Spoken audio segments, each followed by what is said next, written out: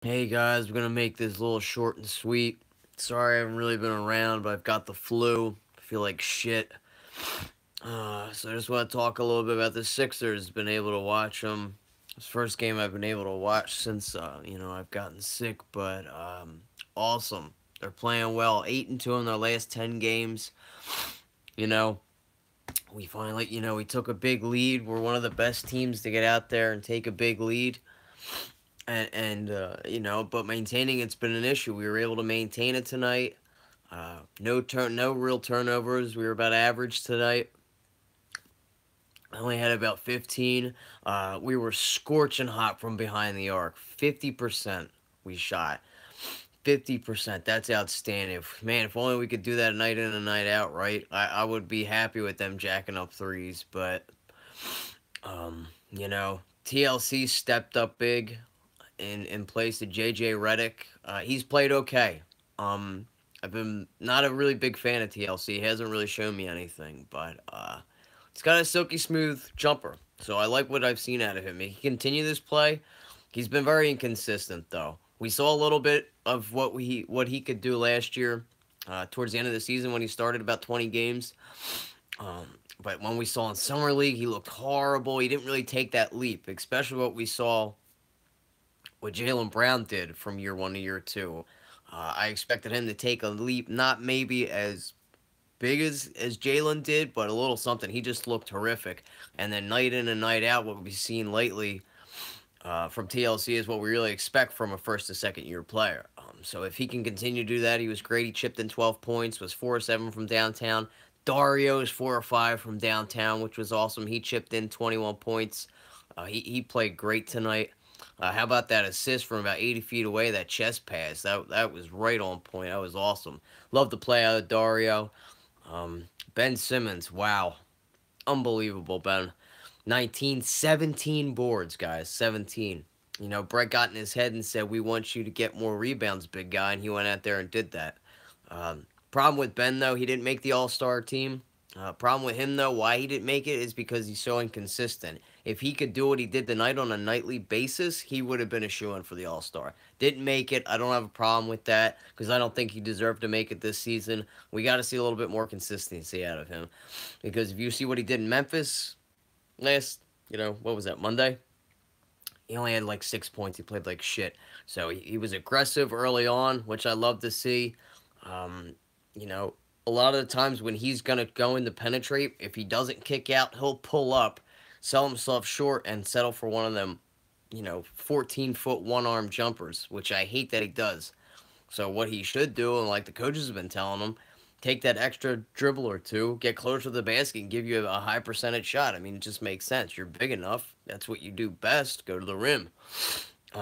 Well, the thing I hate about it though is he's not aggressive enough about taking it up and throwing it down. And it's not just him; it's a lot of players on this team. It's like they puss out and they don't want to dunk it. I seen a lot where guys just pull up and want to like kiss it off the glass, off the backboard, or take a little jumper. No, go up and dunk that fucking ball. Like, come on. Shit won't be happening back in the 80s and the 90s, fellas. Even the early 2000s. Go up strong. Take it to the rock. Get fouled. You want to get to the line. None of this stopping short and then throwing it up, but, throwing it up to kiss it off the backboard. But it is what it is. We got the win, won by 14, and it was key. And we took an early lead against Memphis on Monday, but what shot us in the foot was 10 turnovers in the fourth quarter. We did not do that tonight. Very well executed. We didn't have TJ, so we had our best bench option was not going to play tonight. So we needed our starters to come up big. They all did. Covington was 4 or 7 tonight as well. I thought he played very good. So overall, great team effort tonight. JoJo did his thing as usual. Just had more help, so he didn't have to put up 30-some points. He chipped in for 22. Had a nice block down on Robin. And the Bulls ain't no joke. Even though the record doesn't show it, they're 15-9 in the out of their last 24, and they've got some firepower. Lauri Markkanen's a very good prospect. Zach LaVine is a beast. We've seen what he's done in Minnesota, so they can score in bunches.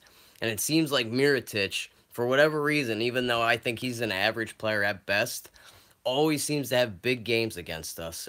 He was on fire. We really didn't have an option to really shut him down. Ben covered him so-so. He had some real good defensive plays on him. That steal when he was up at the top of the three-point line, he stole it. I think a couple of those calls were been on him were some bullshit, but that's just the refereeing in all sports now. Not going to get into that. NFL trying to follow the NBA's lead with all this bullshit. Um, all this bullshit that is kind of ruining the sport, I think. Adam Silver really has to crack down because it seems like players really just look at the refs to bail them out anymore. And I think that's going to ruin sports. It's starting to happen in the NFL. They just look for the referees to bail them out, and it sucks. I just let them play. I hate it. I hate it. It weakens the sport, makes the players soft. I'm not a fan of it at all. I saw it this past weekend. I'm not going to get into that, though. Um, you know, so it is what it is. Great team effort, though. No turnovers. If we could just consistently play like this, we passed the ball beautifully. There was a couple situations where we passed the ball too much. I hate when we let it run, when we let the play clock run down, or the shot clock, not the play clock. When we let the shot clock run down all the way to the last two or three, it's when we pass the ball too much. But very effective tonight. We had 31 assists. We're one of the best teams to do that. And we played hard, played great defense. How do you feel about Larry Drew? I mean, he's just here until we figure out what's going to happen with TJ till he gets back. So he's whatever. He's just a roster fill. I do like having James Young on this team. When James Young was coming out a few years ago and Boston took him, I really wanted to go after James Young because he's a southpaw, and I think that really adds to a team when you have a guy out there that has a left handle or can even shoot with the left. It's not what players are used to seeing. So he can shoot. We need shooters on this team, so I like the pickup of him. James Young was a first-round pick, yeah, way back when. So I do like the pickup of him. I hope he does stay on. He's 22 and yeah, I would rather have him than Bayless. Bayless is trash. Just stay off. You know, James Young has had injuries in his career. I feel like that's why he hasn't really been successful. He could never get any playing time on that Boston squad because they're just so guard heavy. So this might be a good situation for him. And we'll see if he steps up. He's been able to knock down shots. He's a good energy guy. He's still young again. He came out when he was 18. What seed are we now? Last time I checked, we were the sixth seed. When this win tonight, it's because the East is so close now. I'd have to check to see who won or lost. But we're flirting with either the sixth or fifth seed right now, so we're looking pretty nice. Like I said before, we're 8-2 on our last 10 games. Pardon me. So we're playing great basketball. Should be 9-1. We had that huge lead that we lost. 15-point lead in Memphis. It's like we lay down to squads like that. We shouldn't have lost to that team. Memphis stinks right now, but it's like we play up better to competition. We just feel like with a lead like that, we'd be able to milk it and work that out, and we never do. We always lay down to these shitty teams that are just hungry, and that's our fault for doing that. Should be getting more time. Dario Simmons playing rookie challenge. Yeah, the All-Star. Now we're 7th seed. Jeez. Like I said before, last time I saw we were a 6, so maybe that loss against Memphis really put us back down to 7, but we're within that range. We're right in the middle is where we should be, and I'm fine with that. We continue to play. We've got a very tough schedule. We've had the second hardest schedule out of all the teams in the NBA, so for where we're at, for where we've gone to, I'm very happy with our progress. I've loved what I've seen out of the coaching staff. Ben Simmons, I want you to stay aggressive. Still work on that jumper. He's incorporated that trade Fultz for Walker. No, I'm not getting rid of Fultz. Even though I love Kemba Walker, I'm not getting rid of Markelle Fultz. We have too much attached to him. We gave up too much to get him. And for barely seeing any time of Markelle, I'm not just going to give up on him. For Kemba, that's 27. So I'm good. I still got faith in Fultzy. So we just got to continue what we're doing. We got to have play out of Dario like this every night. TLC. Justin Anderson chipped in 12 points, so he having his tenacity on the defensive end is really good. We can be aggressive. Who are you looking in the upcoming draft? I haven't even looked that far, brother, to tell you the truth. I've been in football mode mostly still. I haven't looked forward to the drafts even since the Sixers are playing so good, too. I really haven't looked to see who Sixers would be taking and or not. So that's a little too far away for me to be paying attention to. Brian Colangelo won't explain shit though. Something isn't right about it, Kyle. No, I agree. Colangelo's a snake. He's a rat. Can't stand him. He's a very shady guy.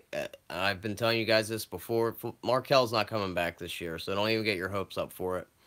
He's not coming back. He's just going to keep feeding us one-liners. Just keep the media happy. Keep the fans quiet to kind of have us clinging to when Markel's going to come back. Help sell tickets, yada, yada. He ain't coming back. They're going to redshirt him like they did with Why'd We Fire Hinkie? Just like they did with JoJo and Ben. They fired Hinkie, Desan, because they didn't like how Hinkie handled things in losing. We technically lost on purpose, didn't bring any talent, no big free agent help. We basically had D-League players to guarantee us a spot at getting the first overall pick. As we all know, you can't guarantee yourself getting the top pick with the NBA draft lottery, so they didn't like how Sam Hinkie handled it, which I think is a bunch of crap. The only way to rebuild a team is through the draft. He did everything he could to benefit the Philadelphia 76ers to get us out of mediocrity. And Hinkie quit, but they forced him. They basically forced him. We all know what happened. He technically got fired, even though he stepped down. But what are you going to do? Hinkie did the right thing. You have to rip down to build back up. And you don't want to be stuck in mediocrity like the Sixers were for so long. When Fultz coming back, sorry, Alpha Jack, you got to repeat that. I didn't see it. But we got to continue to look on. Like I said, we got a tough schedule. We beat the Bucks, even though they were shorthanded. We played well, so we got to continue this tenacity. We need more bench play, like we saw tonight. Hook Fultz up with Herb, yeah, right, with more bench points. Like Justin Anderson chipped in tonight. We can be more aggressive on his end because he's a D&3 guy. His shot looked better tonight, but he's aggressive. He's like a bruiser, and even what's his face? Amir Johnson hit a 3. I was at all on that. Holmes got some playing time, even though it was in garbage time. And you can't lay down on a team like the Bulls. Like I said, they got some firepower. They're not as bad as their record shows. They're 15-9 in the last 24. They've got some young building blocks. They'll be right back in the East within the next year. Why wasn't Rashawn playing? Because of illness, they said, and the coach's decision. For some reason, they don't want to play Rashawn in this rotation. Not sure why. Not sure if that's coach's decision or it's coming from up top.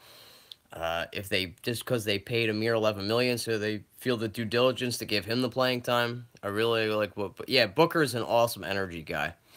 I love what I see out of Booker. He messed his finger up. It looks like it got broke tonight, so he might be out for the next couple games. So we're starting to hit a little bit of the injury bug now. So we're going to need to have the next man come up, even if it's cliche. On Colton Cack, should they treat him like Simmons and tell him not to take shots? No. I think Markel should do whatever feels comfortable to him. Do what he does best, drive to the hoop. He can still get points off of that. And get his shot, get his rhythm back from the free throw line. Once he feels comfortable doing that, then let him jack shots up in the during game time. If he feels comfortable shooting it from the 3 like that, okay, but let him come back. He can still be effective on this team, even though he can't take jump shots. Look at Ben Simmons. Fultz isn't just a jump shooter. He's a guy that can slash, get to the cup, penetrate, kick out. Let him do that. Ben Simmons couldn't shoot a lick. Still really can't, but is still effective in the game. There's a reason Markel Fultz was the #1 overall pick. He still can be effective. He's a versatile scorer, so he should get back. So for them to say they want to wait for his shot to be effective and be perfected is a bunch of hogwash. It's bull. He switched first threes. Markel Fultz can still shoot. Whether this is mental, 100% this is coming down from the Sixers brass, a.k.a. Brian Colangelo. They're just feeding us lines so they have an excuse not to play him this season. That's all this is. Markel Fultz can still be effective in the NBA. Can still come in here, slash, cut, play off the ball, get to the line. There's other ways he can score rather than shooting jumpers. But, that's the owner that we have. Not owner, I'm sorry. That's the GM that we have. A scuzzy, rat-faced, cheese-eating douche. Which is Brian Colangelo. He's a sneak. He's going to redshirt him. And we'll probably hear about mid-February that Markel's not coming back, even though he's quote-unquote playing 5-on-5 and whatnot. And we're still waiting to hear, but we're clinging on to nothing. If he does come back, he's going to play, what, maybe a month or so, and they're probably going to have him on a minutes restriction. So that's even less time to gel with this. It would hurt Markel Fultz even more, I think, coming back now than it would benefiting him and or the team. So there's no point in even rushing back. So, guys, don't get your hopes up. The team's playing well without him. It's not like we crucially need him. Before, when we were waiting on Embiid and Simmons, that's all we had to hang our hats on. We don't have that now. This is a well-oiled team, as you can see. We've been playing very good basketball as of late. They're starting, and they're still a young team. We're still going to have mistakes, which we've seen on Monday. But overall, I like the direction this team is going. I think we have the right skipper and Brett Brown coaching this team. They're playing well. Embiid and Simmons. Simmons just got to continue to be aggressive. We can't shoot ourselves in the foot late in the fourth quarter like we have. Closed it out tonight, took the big lead. We've seen that we can score the basketball in bunches, take the big lead. It's just maintaining it, playing good defense, playing smart basketball. Just the small, little, simple things to get you to each game. You got to take it game by game. As cliche as it is, take it game by game. We play so good against the great teams, and we struggle with the bad teams. I just feel like because the Sixers have that swag about them that they think they're going to walk all over these teams, but these scrubby teams are hungry, guys. So you got to put your foot to the pedal the metal, all four quarters, lay them out, just walk all over them like you think you will, and you will if you just consistently play up basketball and do what you got to do. But we struggle with these teams because I feel like they don't put as much effort in to playing these bad teams, and it shows. We turn the ball over, stupid mistakes, let the teams get back in, and then we lose. I mean, we only scored 18 points in the fourth quarter against Memphis, and I think they dropped about 32, something like that. That shouldn't happen against a team that barely has any offensive options. So, still think we need to make a trade by the trade deadline, maybe get a sweet Lou. I would love to see Zach LaVine on this team. It's not going to happen, but a player of his caliber on this team would really, really flourish with a Ben Simmons and a Joel Embiid. I would listen to offers. They've got a lot of guards there. I would love to have Kemba on here too, but they're probably going to want a significant amount, like a Fultz or a first-round pick or whatever. If we still had Ja, they wouldn't have taken him, but I think it's going to take something significant to pry him out of Michael Jordan's hands. And a Markel Fultz is not worth getting Kemba Walker to me. But yeah, I'm not even worried about the money, how much money he makes. It's just what we'd have to give up to give him, to give them, to get him. It's not like we can just throw him TLC, Rashawn Holmes, and Justin Anderson and 2 second-round picks to get him. It's probably going to take 1 or 2 draft picks or a first-round pick and a Markel Fultz to get him. And I'm not willing to do that. So, we'll see. So, we got to get ready for our next opponent. It was a great win tonight. Love seeing that. And I'm going to get out of here, guys, because I'm really, really starting to feel this cold medicine kicking in. But great win tonight. Great team effort. 8-2 in the last 10. Let's keep this winning streak on. Let's continue to rise in the conference. And we're going to get into the playoffs, baby, just like the Birds got to the Super Bowl. And we're just going to continue to win. Thank you, Ron. Appreciate it.